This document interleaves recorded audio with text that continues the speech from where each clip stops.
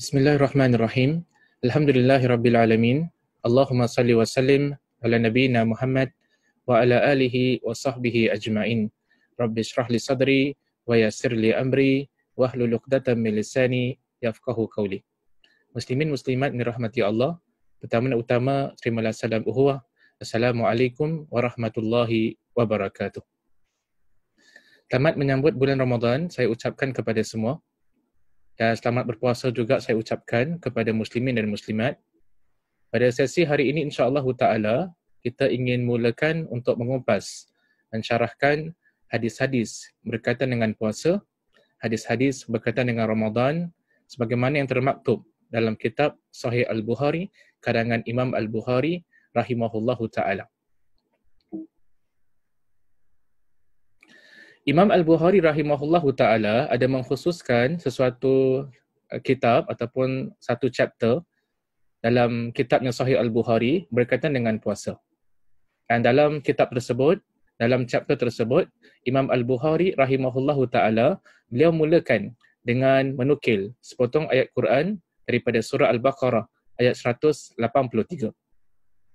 Allah Subhanahu wa ta'ala berfirman, A'udzubillahi minasyaitonirrajim.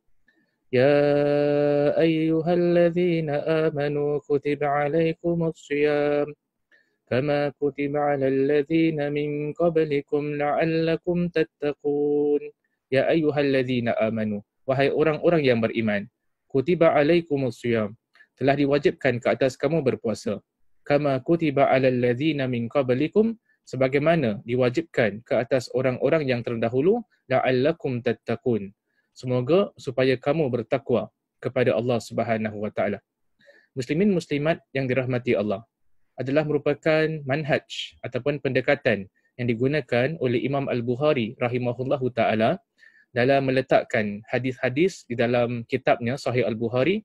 Bagi sebahagian kitab, bagi sebahagian chapter, beliau akan mulakan dengan menukil sepotong ayat Allah Subhanahu wa taala daripada Al-Quranul Karim sebelum meletakkan hadis-hadis Nabi SAW yang berkaitan dengan bab tersebut. Jadi berkaitan dengan bab puasa ni, Imam Al-Bukhari rahimahullahu ta'ala, beliau mulakan dengan meletakkan surah Al-Baqarah ayat 183. Kerana ayat ini ada kaitan dengan kewajipan bagi orang-orang Islam untuk melaksanakan puasa. Dalam ayat yang baru dibacakan tadi, Allah Subhanahu wa ta'ala perintahkan ataupun menegaskan tentang kewajipan untuk melaksanakan puasa bagi orang-orang yang beriman.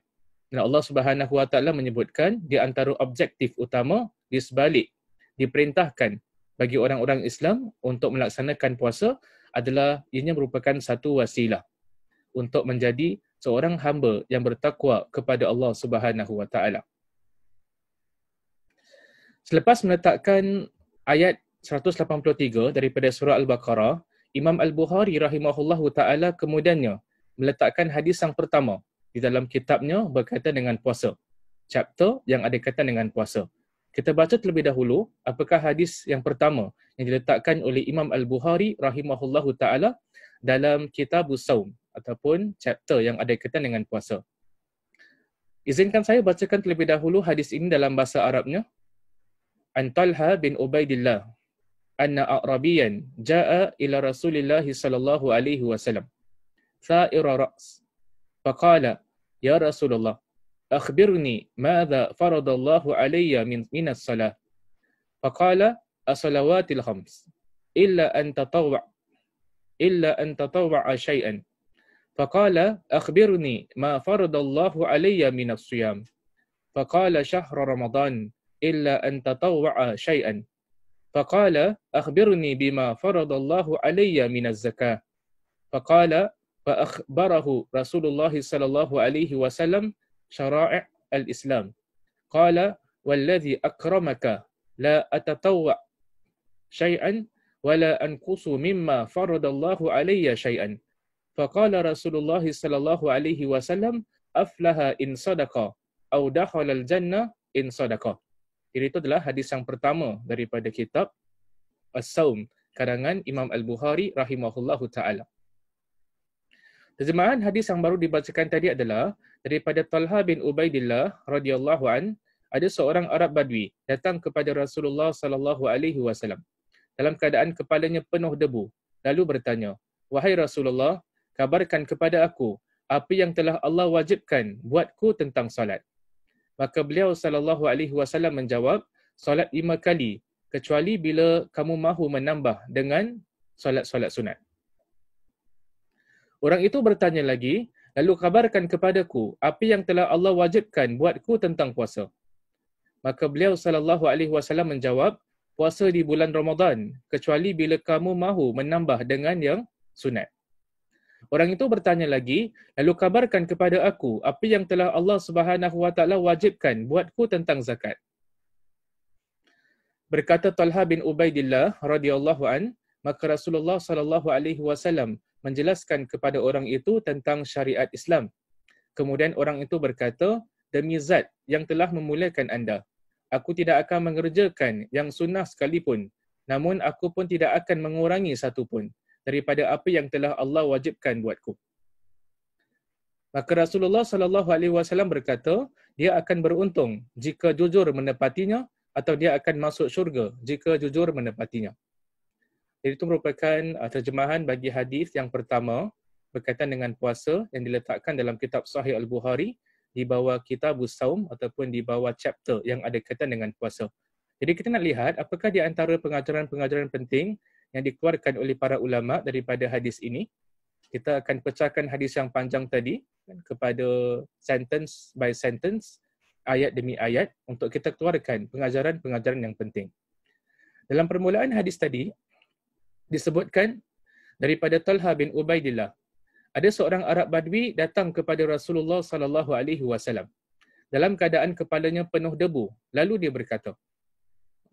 Jadi kata para ulama kita, hadis Talha bin Ubaidillah ni, hadis yang diriwayatkan oleh Talha bin Ubaidillah yang merupakan hadis pertama dalam Kitabus Saum, chapter berkaitan dengan puasa dalam kitab Sahih Bukhari, dia menjelaskan surah Al-Baqarah ayat 183 yang juga dimuatkan oleh Imam Al-Bukhari dalam Muqaddimah Kitabus Saum, chapter berkaitan dengan puasa.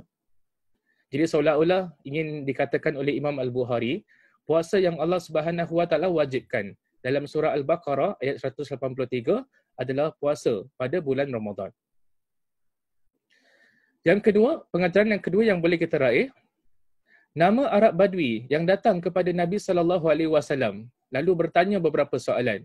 Kata para ulama hadis kita, beliau adalah Dimam bin Tha'labah. Dimam bin Tha'labah itu merupakan nama sahabat Nabi, seorang Arab Badui yang menanyakan beberapa soalan kepada Nabi sallallahu alaihi wasallam. Sambungan hadis tadi, bila Dimam bin Tha'labah dia datang dekat Nabi sallallahu alaihi wasallam, dia pun bertanya, "Wahai Rasulullah, kabarkan kepada aku apa yang telah Allah wajibkan buatku tentang salat."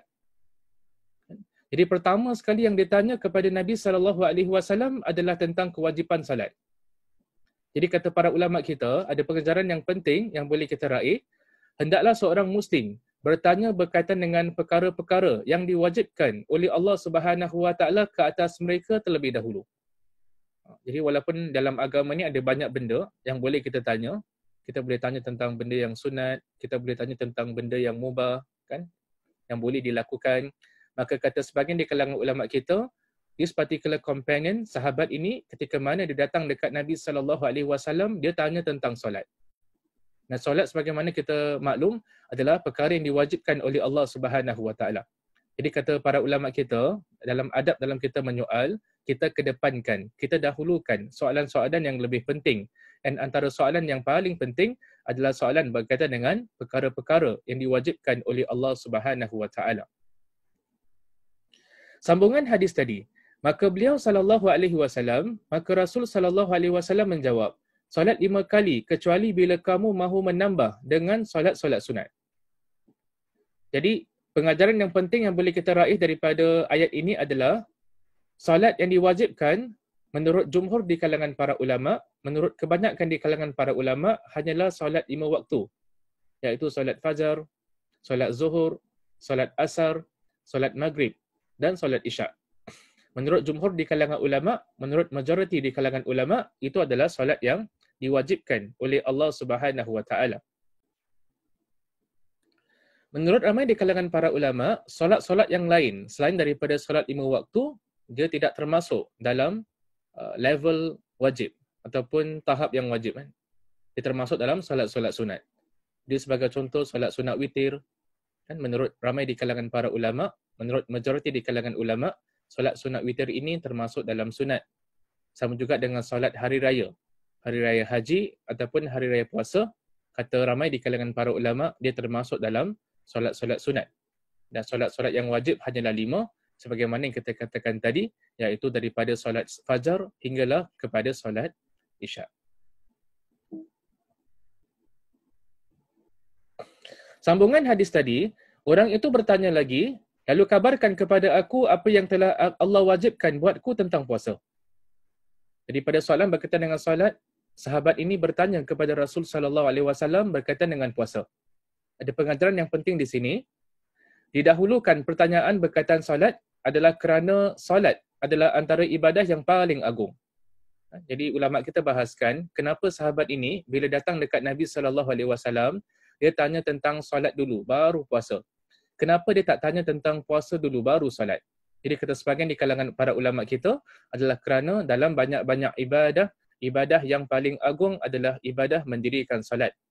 Dan itu merupakan di antara ibadah yang pertama yang akan disoal oleh Allah Subhanahu Wa Taala di hari akhirat kelak. Sambungan hadis tadi, maka beliau sallallahu alaihi wasallam menjawab, puasa di bulan Ramadan kecuali bila kamu mahu menambah dengan puasa-puasa sunat. Jadi hadis ini menegaskan bahawa puasa yang diwajibkan oleh Allah Subhanahu Wa Taala hanyalah puasa Ramadan. Selain daripada puasa Ramadan, di sana tiada puasa yang wajib daripada Allah Subhanahu Wa Taala, melainkan orang itu sendiri yang mewajibkan puasa tersebut. Sebagai contoh dia puasa nazar, itu boleh menjadi wajib kan, bukan kerana Allah wajibkan tetapi beliau sendiri, hamba itu tersendiri yang bernazar mewajibkan melakukan puasa tersebut. Adapun daripada Allah Subhanahu Wa Taala yang wajib berpuasa hanyalah puasa Ramadan sebagaimana yang sedang kita lakukan pada bulan ini. Seterusnya, orang itu bertanya lagi, lalu kabarkan kepada aku apa yang telah Allah wajibkan buatku tentang zakat. Jadi sahabat ni ketika mana dia datang dekat Nabi sallallahu alaihi wasallam, pertama sekali dia tanya tentang solat, kedua dia tanya tentang puasa, ketiga dia tanya tentang zakat.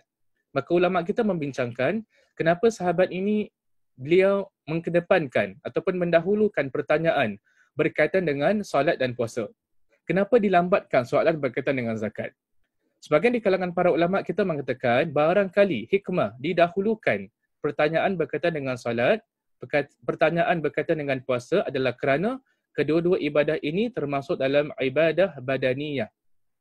Muslimin muslimat yang dirahmati Allah, ibadah ni boleh dibahagikan kepada 3. Ada kategori ibadah badaniyah, ada kategori ibadah maliyah, ada kategori ibadah badaniyah dan maliyah.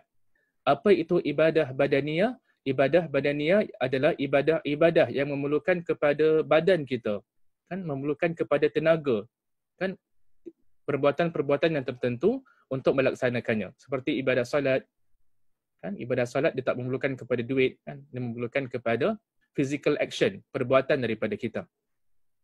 Kategori yang kedua tadi adalah ibadah maliyah. Ibadah maliyah adalah ibadah-ibadah yang ada kaitan dengan duit. Salah satu contohnya adalah zakat. Zakat adalah ibadah maliyah. Ada kategori pula yang termasuk dalam ibadah badaniyah dan maliyah. Badaniyah tadi kita mengatakan adalah ibadah yang melibatkan perbuatan anggota badan, manakala ibadah maliyah adalah ibadah yang berkaitan dengan duit. Jadi salah satu contoh yang diberikan oleh para ulama, ibadah yang menggabungkan tenaga dan juga menggabungkan harta, salah satunya adalah ibadah haji. Salah satunya adalah ibadah umrah. Jadi kata sebahagian di kalangan para ulama, antara hikmah barangkali didahulukan soalan berkaitan dengan solat dengan puasa adalah kerana kedua-dua solat dan ibadah puasa termasuk dalam ibadah badaniyah yang memerlukan kepada tenaga, yang memerlukan kepada perbuatan daripada anggota badan kita. Berbeza dengan zakat. Zakat pula adalah ibadah maliyah.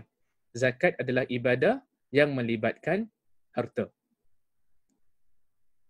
Berkata Talha bin Ubaidillah radhiyallahu an, Maka Rasulullah sallallahu alaihi wasallam menjelaskan kepada orang itu tentang syariat Islam.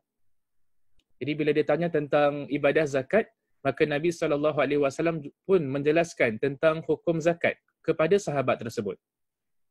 Dan Nabi juga menjelaskan tentang syariat yang lain, kan, hukum hakam yang lain. Kata para ulama kita, hadis ini menunjukkan tentang kewajipan menunaikan zakat bagi mereka-mereka yang memenuhi syarat-syaratnya. Kemudian orang itu berkata, demi zat yang telah memuliakan anda, aku tidak akan mengerjakan yang sunnah sekalipun. Namun aku pun tidak akan mengurangi satu pun daripada apa yang telah Allah wajibkan buatku. Jadi kata Nabi SAW, kata sahabat ini, dia mulakan dengan bersumpah, demi zat yang telah memuliakan anda. Jadi kata para ulama kita, yang dimaksudkan demi zat yang telah memuliakan anda, zat dekat sini adalah merujuk kepada Allah Subhanahu Wa Taala. Jadi dia bersumpah dengan Allah Subhanahu Wa Taala. Kata para ulama kita, seorang Muslim hanya boleh bersumpah dengan Allah Subhanahu Wa Taala. Hanya boleh bersumpah dengan nama-nama Allah Subhanahu Wa Taala. Seorang Muslim tidak dibenarkan untuk bersumpah dengan selain daripada Allah Subhanahu Wa Taala. Berbeza dengan Allah Subhanahu Wa Taala. Allah Subhanahu Wa Taala boleh bersumpah dengan apa sahaja daripada kalangan makhluknya. Itu yang kita lihat dalam Al-Quranul Karim, khususnya dalam surah-surah yang ke belakang, yang terakhir, dalam Juz Amma, ada banyak surah-surah yang mana Allah Subhanahu Wa Taala mulakan dengan bersumpah. Kan? Allah bersumpah dengan fajar wal fajar. Allah bersumpah dengan malam wal laili. Allah bersumpah dengan waktu duha wad duha. Dan Allah juga bersumpah dengan perkara-perkara yang lain. Demi zat yang telah memuliakan anda. Anda dekat sini merujuk kepada Rasulullah sallallahu alaihi wasallam. Dan yang memberikan kemuliaan kepada Nabi sallallahu alaihi wasallam adalah Allah Subhanahu wa taala. Yang memuliakan seseorang adalah Allah Subhanahu wa taala. Dan di sana tidak ada yang lebih mulia daripada golongan para anbiya. Dalam banyak-banyak golongan manusia, golongan yang paling mulia adalah golongan para anbiya, golongan para nabi. Dalam banyak-banyak anbiya, dalam banyak-banyak nabi, orang individu yang paling mulia adalah Nabi Muhammad sallallahu alaihi wasallam. Kata sahabat Nabi ini kepada Rasul sallallahu alaihi wasallam, beliau mengatakan yang beliau tidak akan mengerjakan kurang ataupun lebih. Jadi dia tanya dekat Nabi, apakah benda-benda yang wajib? Dia hanya nak stick, dia hanya nak berpada dengan perbuatan-perbuatan yang telah diwajibkan oleh Allah Subhanahu wa taala.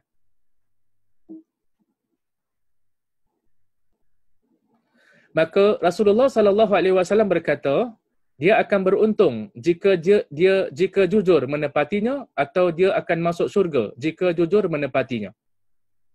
Pengajaran yang boleh kita keluarkan yang ke-10, seorang Muslim akan berjaya jika dia melaksanakan perkara-perkara yang diwajibkan oleh Allah Subhanahu wa taala ke atasnya dengan cara yang diredai oleh Allah Subhanahu wa taala. Jadi kalau sahabat tadi benar-benar dia jujur, dia melaksanakan solat 5 waktu, dia melaksanakan puasa pada bulan Ramadan, dia menunaikan zakat kalau sekiranya dia memenuhi syarat-syaratnya. Dalam erti kata yang lain, dia melaksanakan semua kewajipan, benda-benda yang diwajibkan oleh Allah Subhanahu wa taala dengan cara yang diredai oleh Allah Subhanahu wa taala, insya-Allah dia akan berjaya. Insya-Allah dia akan beruntung. Dan tempat bagi orang-orang yang berjaya, tempat bagi orang-orang yang beruntung ini adalah dimasukkan ke dalam syurga Allah Subhanahu wa taala. Jadi bagi hadis yang pertama ini, saya nak simpulkan ada 3 poin yang penting yang boleh kita rumuskan daripada hadis pertama ini. Yang pertama adalah kepentingan mendahulukan soalan-soalan yang paling penting. Jadi dalam adab dalam kita menyoal, walaupun di sana ada banyak perkara yang barangkali kita boleh ajukan kepada sang guru, tetapi di antara salah satu adabnya adalah kita mendahulukan soalan-soalan yang paling penting, soalan-soalan yang lebih penting. Yang kedua, hadis ini menunjukkan tentang kewajiban berpuasa pada bulan Ramadan. Dalam surah Al-Baqarah ayat 183, Allah Subhanahu wa taala mewajibkan kita berpuasa. Hadis ini pula dia menjelaskan puasa apa yang diwajibkan oleh Allah Subhanahu wa taala, iaitu puasa pada bulan Ramadan. Yang ketiga dan yang terakhir, orang yang melaksanakan perintah-perintah Allah Subhanahu wa taala, orang yang melaksanakan kewajipan-kewajipan benda-benda yang diwajibkan oleh Allah Subhanahu Wa Taala, insya-Allah dia akan dimasukkan ke dalam syurga Allah Subhanahu Wa Taala. Jadi sampai di sini sahaja ingin saya berkongsi pada hari ini. Hadis yang pertama dalam kitab Shaum ataupun chapter berkaitan dengan puasa daripada kitab Sahih Al-Bukhari. InsyaAllah pada sesi akan datang kita akan lihat pula kepada hadis yang kedua dalam kitab Shaum chapter berkaitan dengan puasa daripada kitab Sahih Al-Bukhari. Saya tutup dengan tasbih kafarah. Subhanakallahumma wa bihamdika asyhadu an la ilaha illa anta astaghfiruka wa atubu ilaik. Sekian, Assalamualaikum warahmatullahi wabarakatuh.